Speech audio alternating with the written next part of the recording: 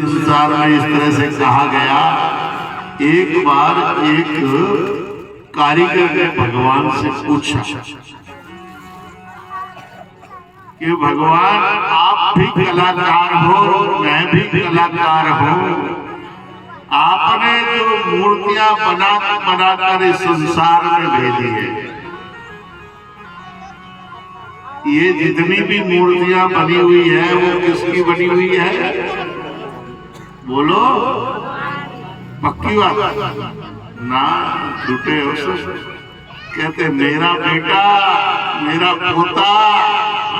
अरे तेरा है तो भगवान का क्या लेना देना, और भगवान का है तो तेरा क्या लेना देना।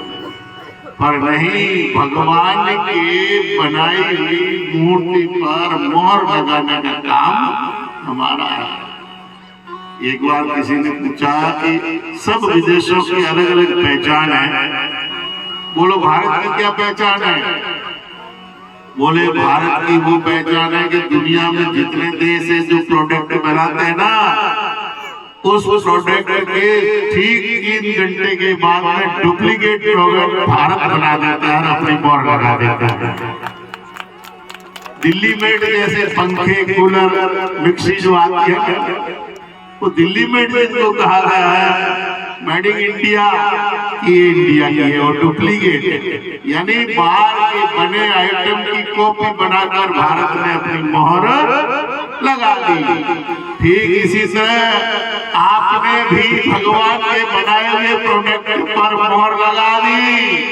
ये मेरा पति है, ये मेरी पत्नी है, ये मेरा बेटा है, ये मेरी बेटी है, ये मेरा पोता पोती। अब बताओ, जो भगवान की बनाई चीजों पर जो मोहर लगाता है या किसी दूसरे की चीजों को मोहर लगा देता है, उस पर कब्जा कर देता है, तो वो आदमी कहाँ जाता है? पड़ोसी के प्लॉट पर कब्जा कर दोगे तो क्या होगा? अगर किसी के मकान पर कब्जा कर दोगे तो क्या होगा? वहां जाना पड़ेगा ना, कहाँ? जेल में।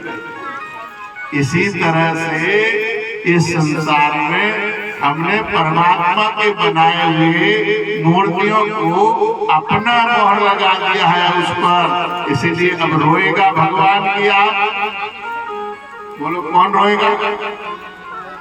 क्योंकि हमने मोहर लगे तो हम ही रोएंगे। तो इसी प्रकार भगवान ने ये कहा है कि मैंने जो प्रोडक्ट बनाया है, जो मूर्तियां बनाई है, उनसे तुम काम तो लो, पर उस पर मोहर मत लगाओ। पति मिला है तो खूब कमाई खाओ उसकी, पत्नी मिली है खूब सेवा लो उसकी, बेटा मिला है खूब खिलाओ, खिलाओ, पढ़ाओ, परंतु मोहर मत लगाओ। परंतु हम पहले मोहर लगा, मेरा पति वहां गली में कैसे खड़ा हो गया, उससे बात कैसे कर ली, तुमने वहां कैसे बात कर ली। यानी सुख तो नहीं लेते, आनंद नहीं लेते, पर टेंशन जरूर ले लेते हैं। तो इसीलिए परमात्मा के बनाए हुए मूर्तियों से आनंद लो, मौज लो, कमाई खाओ, परंतु उस पर मोहर लगाकर टेंशन मत लो। और तो और वो कारीगर कहता है, भगवान आपकी मूर्तियां तो एक दूसरे आपस में झगड़ा करती है और झगड़ा करके लड़ती है, मरती है और जेल में भी चले जाते हैं। परंतु मेरे बनाई हुई मूर्ति, मेरे बनाया हुआ कोई भी मूर्ति मंदिर में स्थापित होती है और सारी दुनिया जाकर दर्शन करती है और प्रणाम करती है, कभी झगड़ा नहीं करती है। तो सज्जनों, इंसान की बनाई हुई ये जितनी मूर्तियां हैं, उसको तो हम श्रद्धा से, भाव से, भक्ति से प्रणाम करते हैं और नमन करते हैं, वहाँ भोग भी लगाते हैं। परंतु परमात्मा की बनाई हुई ये मूर्तियां जब भी कोई द्वार पर आता है तो कहते कहते हैं चल चल जा, खुला नहीं है, या कहते हैं रोटी बनाई नहीं है, अरे बनी हुई है तो भी कहते हैं नहीं है। तो इसीलिए जो पत्थर की बनी मूर्ति वो तो खाए न खाए, पर ऐसी मूर्ति को कोई खिलाया तो दिल से आशीर्वाद देती है। तो भगवान कहते हैं मैंने मूर्तियां अनेक तरह की बनाई है।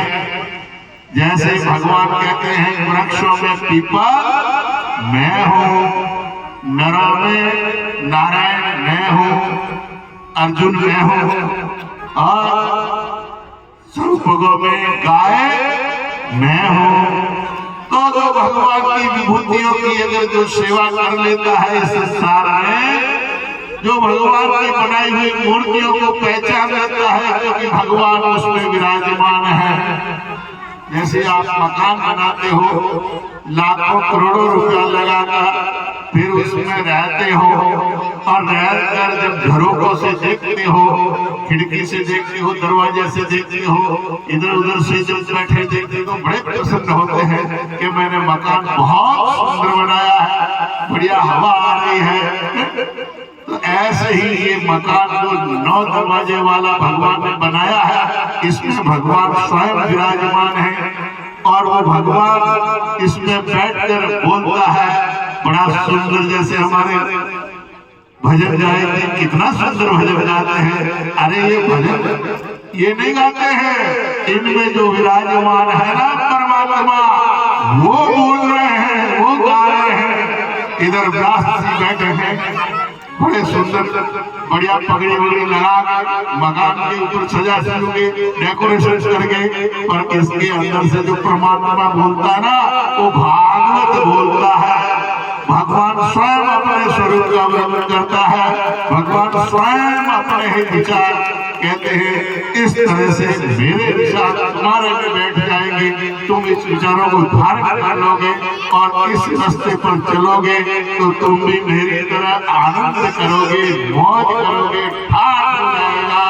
इस 84 के बंधन में नहीं जाओगे, और नहीं तो मेरी नहीं मानोगे, दूसरे की वस्तु पर कब्जा करोगे, तो ये कोर्ट कचहरियां और जेल तुम्हारे लिए बनी हुई है। मानो न मानो बात हमारी, बात हम सच्ची कहते हैं, अरे न मानो तो करके देख लो, पता चल जाएगा। तो इसीलिए ये परमात्मा स्वयं ही बोलता है। सामने बैठ के जितने भी बैठी मूर्तियां, उनमें भी वो खुद ही बैठा है और खुद ही बैठकर सुन रहा है, और सुनकर अपने आप को उस रास्ते पे ढाल रहा है, उस रास्ते पर चलने की कोशिश कर रहा है। क्योंकि ये जो नन्हे मुन्ने जो बच्चे हैं ना, इनका हृदय कागज है, सफेद। व्यास महाराज कह रहे थे कि सफेद कागज है, ये बच्चा सिखाने से नहीं सीखता, तो ये दिखाने से सीखता है। इनको दिखाओ, क्या दिखाओ?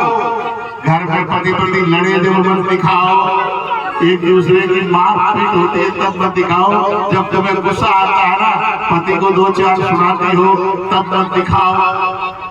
तो वो दिखाओ कि सुबह जल्दी उठना, भगवान को प्रणाम करना, पतिदेव को प्रणाम करना, मंदिर में जाना, भगवान को भोग लगाना, आरती करना, मेहमान आए जब बैठाना, कैसे चाय पिलाना, ट्रे में लाना है या हाथ में लाना है। तो जिन घरों में जो हाथ में लेके आती है ना स्त्रियां, उनके बच्चे भी वो हाथ में गिलास लेके आते हैं, और जिनके माता पिता ट्रे में लेके आते हैं मेहमानों के लिए, तो वो भी बच्चा भी ट्रे में लेके आता है। तो इसीलिए बच्चे के सामने आप असलियत दिखाओ। असलियत क्या? कि मनुष्य जीवन में कैसे जीना है, मनुष्य जीवन में कैसे हमको रहना है, और बड़ों के साथ क्या व्यवहार करना है। तो भगवान श्री राम ने सिखाया, प्रातः काल उठ के रघुनाथा